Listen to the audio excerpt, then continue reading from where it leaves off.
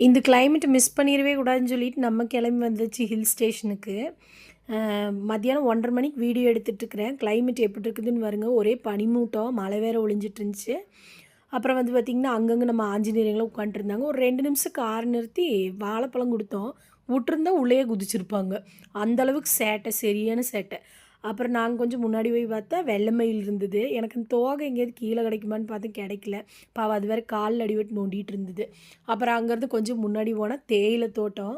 நல்லா பச்சை கலரில் கம்பளி போத்துனா எப்படி இருக்கும் அந்த மாதிரி இருந்ததுங்க. அப்படியே நேச்சுரலாக இந்த மாதிரி விஷயங்களெல்லாம் நம்ம மிஸ் பண்ணிடவே கூடாது அப்படிங்கிற மாதிரி தான் இருந்துச்சு மனசுக்கு. அப்புறம் நான் பார்த்தீங்கன்னா அங்கேயே ரவுண்ட் அடிச்சுட்டே இருந்தேன். நான் வரமாட்டேன், நீங்கள் வேணால் என்னை விட்டுட்டு போயிருங்கன்னு. எங்கள் வீட்டுக்காரர் முன்னாடி நின்று கும்பிடு போட்டுட்டு இருந்தார், தயவு செஞ்சு திரும்பி வந்துடாது அப்படின்னு. எப்படி பார்த்துக்கோங்க, என்னை தொலைக்கிறதையும் கூட்டிகிட்டு வந்து என் மனுஷா அப்படின்னு கத்திகிட்டு இருந்தேன். அப்புறம் அங்கேருந்து கொஞ்சம் முன்னாடி போனால் கூழாங்கல் ரிவர் இருக்குதுன்னு சொன்னாங்க.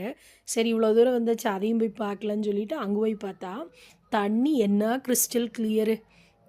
அந்த தண்ணிக்குள்ளே போய் கால் விட்டது தான் அப்பா! நான் அப்படி ஒரு சில்னஸ்ஸு.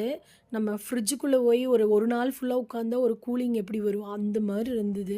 இருந்தாலும் பரவாயில்லன்னு சொல்லிட்டு நான் வந்து நல்லா இந்த கிளைமேட்டை என்ஜாய் பண்ணிவிட்டு ரிட்டர்ன் வந்தாச்சு.